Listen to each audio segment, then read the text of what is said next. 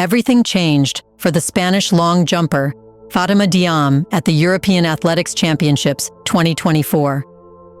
She entered the field being a favorite and holding the sensational 6.84-meter long jump she registered in June 2023. In her first attempt, Fatima Diame topped the scoreboard, fulfilling fans' expectations to win the gold medal. However, then everything changed for this beautiful and agile long jumper. So, what happened in the women's long jump at the European Athletics Championships 2024?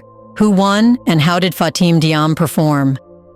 Welcome to a new episode of Black Africa Diary, a channel where we talk about Black African history, culture, arts, and civilization. It's a place where you will see the real picture of Black Africa, its stories, and the events defining it. In this episode, let's know how the fans and sports experts were in deep shock after Fatima Diame's performance. Let's get started.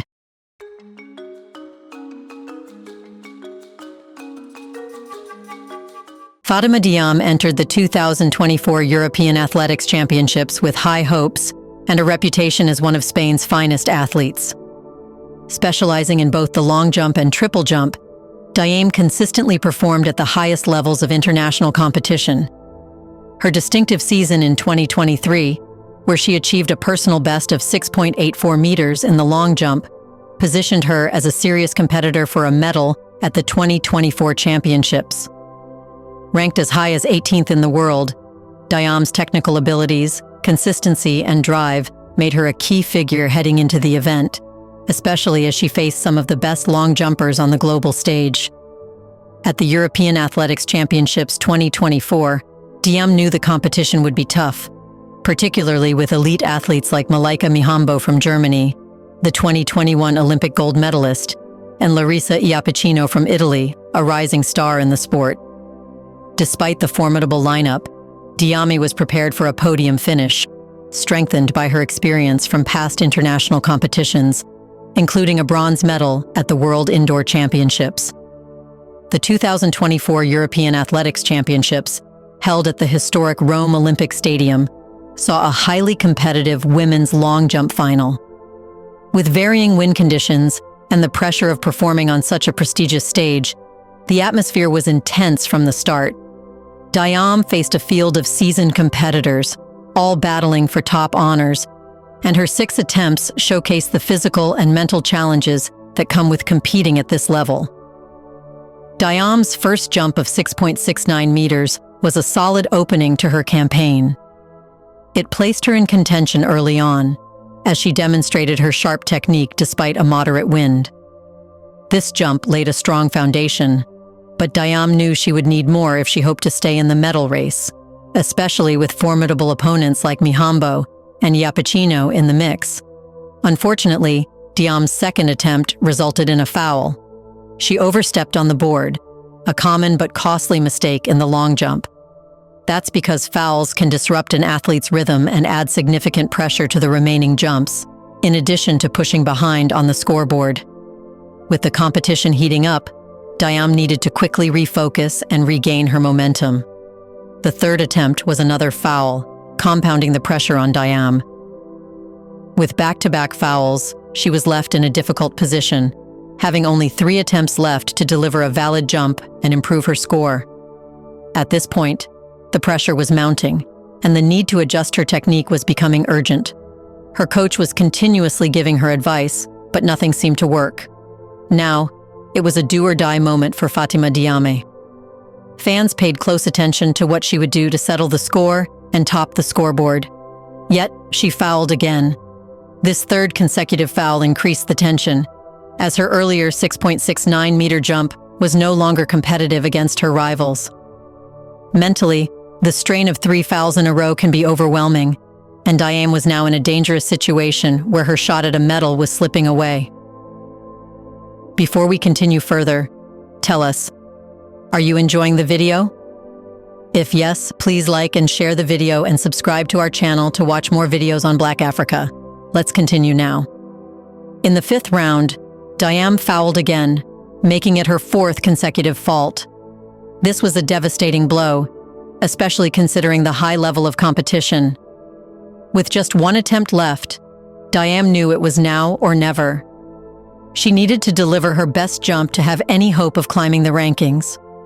On her sixth and final attempt, Diame delivered a jump of 6.68 meters, falling just shy of her initial effort of 6.69 meters. Although this final jump showcased her ability to perform under immense pressure, it was not enough to secure a top spot. Diame finished the competition with her best jump of 6.69 meters, placing her 8th overall in a highly competitive field. Malaika Mihambo of Germany, one of the most dominant figures in the sport, claimed the gold with a spectacular jump of 7.22 meters, which led the world standings at the time. Larissa Iapicino of Italy also delivered an outstanding performance, securing silver with a jump of 6.94 meters. Competing against these top athletes, Diame faced tough conditions, with varying wind speeds adding to the challenge. Despite the setbacks of multiple fouls, her ability to reset mentally and land a solid jump in the final round highlighted her determination. But why did she finish at the 8th spot? Well, one of the major obstacles Diame faced throughout the championships was technical inconsistency, particularly in her landings. While her run-ups and takeoffs were executed with precision, she struggled to translate those strong starts into optimal landings, costing her crucial centimeters. In the long jump, where victories and defeats are often measured in millimeters, these small errors had a significant impact on her overall results. When compared to elite athletes like Malaika Mihambo and Larissa Iapicino, who consistently achieved jumps over 7 meters, Diame's distances fell just short. Her form and technique were solid, but the minor imperfections in her landing phase ultimately hindered her ability to compete at the highest level. In a high-stakes environment like the European Championships, precision is everything, and Diame's struggles in fine-tuning her landings during the competition became a critical factor. However, the biggest challenge for Fatima Diame was the mindset. Diame came into the event with significant expectations, both from herself and others, based on her previous successes and her standing as one of Spain's top long jumpers. Competing in such a high-pressure environment against the world's best athletes undoubtedly added to the psychological strain she faced. Further pressure was added by fouls, which weakened her overall confidence. Diame has shown in past competitions that she possesses the mental resilience to bounce back from adversity. However, the intense competition, coupled with the challenge of maintaining consistency under pressure, may have contributed to her technical errors at critical moments in the competition. In a sport as precise as the long jump, even the slightest lapse in concentration or confidence can mean the difference between a podium finish and missing out on a medal entirely. While Diame's performance at the 2024 European Championships didn't result in a podium finish, it reinforced her position as a top athlete in the long jump discipline. Her ability to stay composed under pressure, combined with her strategic adjustments throughout the competition, highlights her mental toughness and competitive drive. Diame's standing as one of Spain's premier long jumpers remains strong, and her dedication to refining her technique will continue to serve her well in future competitions. What do you think? What became the reason behind Fatima Diame's 8th place in the women's long jump? Is her coach to blame because she earlier dominated the long jump?